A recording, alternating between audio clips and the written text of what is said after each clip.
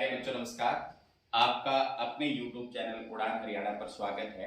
प्यारे बच्चों, आज हम कक्षा 8 विषय विज्ञान के अंदर अध्याय 4 दहन और ज्वाला की एक प्रैक्टिस वर्कशीट हल करने वाले हैं। जो बच्चे चैनल पर नए हैं या जिन बच्चों ने अभी तक मेरे चैनल को सब्सक्राइब नहीं किया है, सब्सक्राइब कर लें, लाइक कर दें और अपने साथियों को शेयर भी कर दें।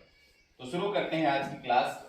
आप स्क्रीन पर देख सकते हैं practice worksheet class 8 subject science, chapter name दहन और ज्वाला, और एमसीक्यू से इसकी शुरुआत करते हैं। तो पहला आप अपनी स्क्रीन पर देख सकते हैं, पहला एमसीक्यू दिया हुआ है। उसमें आपसे क्या पूछा है?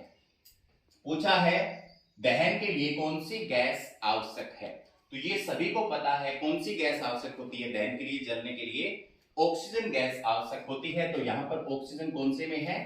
तीसरे ऑप्शन में है, तो तीसरा बिल्कुल राइट हो जाएगा। आगे है सुनार सोना चांदी पिघलाने के लिए। सुनार सोना चांदी पिघलाने के लिए ज्वाला के किस भाग का प्रयोग करते हैं? आपने सुनार को ऐसे फूंकनी से फूंक मारते हुए देखा होगा। वो ज्वाला के किस भाग की फूंक मारता है?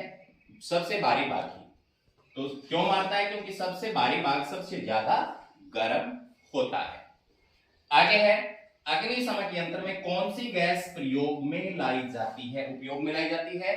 तो अग्निशमन में यहां पर एक ही गैस है जो क्या काम करेगी? कार्बन डाइऑक्साइड गैस प्रयोग में लाई जाएगी। ये आग बुझाने में सहायक है, आग को चारों तरफ से कवर कर लेती है, ऑक्सीजन से उसका संपर्क टूट जाता है और आग बुझ जाती है। इसके बाद में आगे चौथे एमसीक्यू की तरफ चलते हैं। चौथे में आपसे पूछा है मोमबत्ती के जलने पर क्या उत्पन्न होता है। तो प्यारे बच्चों, क्या उत्पन्न होता है मोमबत्ती के जलने पर? ऑप्शन अगर हम पढ़ें तो पहले ऑप्शन में दहन, ज्वाला, प्रकाश, उष्मा। तो मोमबत्ती के जलने पर ज्वाला उत्पन्न होती है। क्या उत्पन्न होती है? ज्वाला। आगे चलते हैं, जलती मोमबत्ती पे स्लाइड रखने से काली पट्टी हो जाती है, क्यों?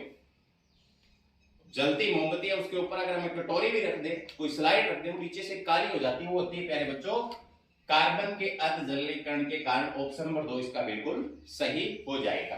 आपकी मम्मी एक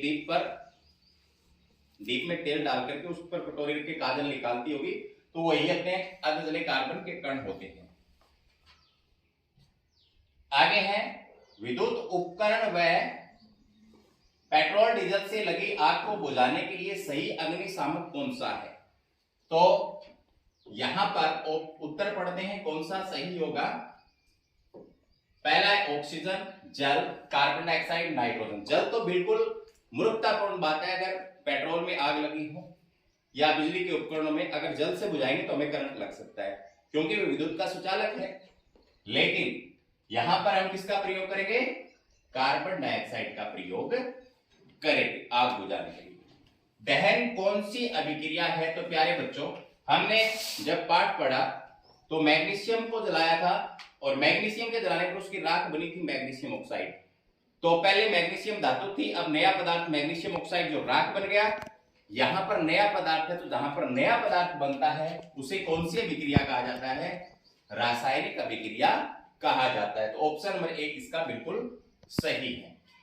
इसके बाद में आगे चलते हैं, बंद कमरे में सो रहे व्यक्तियों की मृत्यु किस गैस के कारण हो जाती है? बड़ा इंपॉर्टेंट क्वेश्चन है। तो प्यारे बच्चों, आपको जब पाठ पढ़ाया गया था तब भी बताया गया था, अगर हम बंद कमरे में अंगीठी जलाकर सो जाएं, कमरा बंद कर लें, तो उसमें ऑक्सीजन की कमी होगी। ऑक्सीजन जलने में सहायक है। अगर ऑक्सीजन की कमी होगी तो उस अंगीठी में जो कोयला है उसको पूरी तरह से ऑक्सीजन नहीं मिलेगी, कम मिलेगी, तो उस कोयले का अपूर्ण दहन होगा। अगर पूर्ण दहन हो तो कार्बन डाइऑक्साइड गैस पैदा होती है, अगर अपूर्ण दहन हो तो कार्बन मोनोऑक्साइड गैस पैदा होती है। और ये गैस क्या करती है? जब हम सांस लेंगे तो हमारे शरीर में जाएगी और रक्त में हीमोग्लोबिन है, उसके साथ मिलकर के कार्बोक्सी हीमोग्लोबिन एक जहरीला पदार्थ बनेगा जिससे हमारी मृत्यु हो सकती है। तो यहां पर कौन सी गैस इसका कारण आएगा? Carbon monoxide. ऑप्शन नंबर 2 इसका राइट आंसर होगा। आगे है इनमें से एक ज्वलनशील पदार्थ नहीं है। इनमें से एक ज्वलनशील पदार्थ नहीं पूछा है, तो कौन सा नहीं है? सीएनजी ज्वलनशील पदार्थ है, एलपीजी है, प्राकृतिक गैस है। तो यहां पर मेलामाइन एक ज्वलनशील पदार्थ नहीं है। आगे है 10वां, ज्वाला का कौन सा भाग सबसे ज्यादा गर्म पूछा इसने, सबसे ज्यादा गर्म। यहां पर कुछ नहीं लिखा हुआ, हम उत्तर कोई भी कर सकते थे, लेकिन यहां पर सबसे अधिक गर्म हम करें तो इसका आंसर कौन सा हो जाएगा? कौन सा भाग? सबसे बाहरी भाग सबसे ज्यादा गर्म होता है, तो ऑप्शन नंबर 4 इसका राइट आंसर हो जाएगा। इसके बाद में प्यारे बच्चों 5 प्रश्न जो हैं वो छोटे उत्तर वाले भी हैं। इन प्रश्नों को आपको ध्यान से देखना है, क्योंकि ये सेट एग्जाम जो आपका होने वाला है उसके लिए प्रश्न बहुत महत्वपूर्ण है, इसी तरीके के पूछे जाएंगे। तो पहला है दहन के लिए आवश्यक शर्तें कौन कौन सी हैं? तो ये आपको बहुत बार बताया जा चुका है। दहन के लिए ईंधन चाहिए, ईंधन चाहिए, और उष्मा यानी उसका ज्वलन ताप तक पहुंचाने के लिए चाहिए, और तीसरा ऑक्सीजन गैस चाहिए। तो 3 शर्तें हैं, ईंधन, उष्मा और तीसरा ऑक्सीजन। आगे है दहन और ज्वाला में क्या अंतर है? तो दहन में तो क्या होता है, कोई ईंधन ऑक्सीजन की उपस्थिति में जलता है, उष्मा और प्रकाश उत्पन्न करता है। लेकिन ज्वाला क्या है? जब कोई ईंधन जलता है तो उसमें से जो ईंधन है कुछ वाष्पीकृत होता है, उससे ज्वाला उत्पन्न होती है। तो हम आग पर नियंत्रण कैसे पा सकते हैं? तो मैंने आपको बताया दहन के लिए 3 शर्तें हैं। इन 3 शर्तों में से किसी चीज एक को हटा दें, ईंधन या उष्मा या ऑक्सीजन। तो ज्यादातर हम क्या करते हैं, ऑक्सीजन को हटाते हैं, ऑक्सीजन से संपर्क तोड़ते हैं और आग बुझ जाती है। ज्वाला के कितने भाग हैं? तो 3 भाग हैं, ठीक है। सबसे बाहरी, मध्य और आंतरिक। तो ये आपको बहुत बार बताया गया, इसका चित्र भी किताब में दिया हुआ, अच्छी तरीके से इसको याद करेंगे, देखेंगे। स्वतः दहन उदाहरण सहित समझाओ।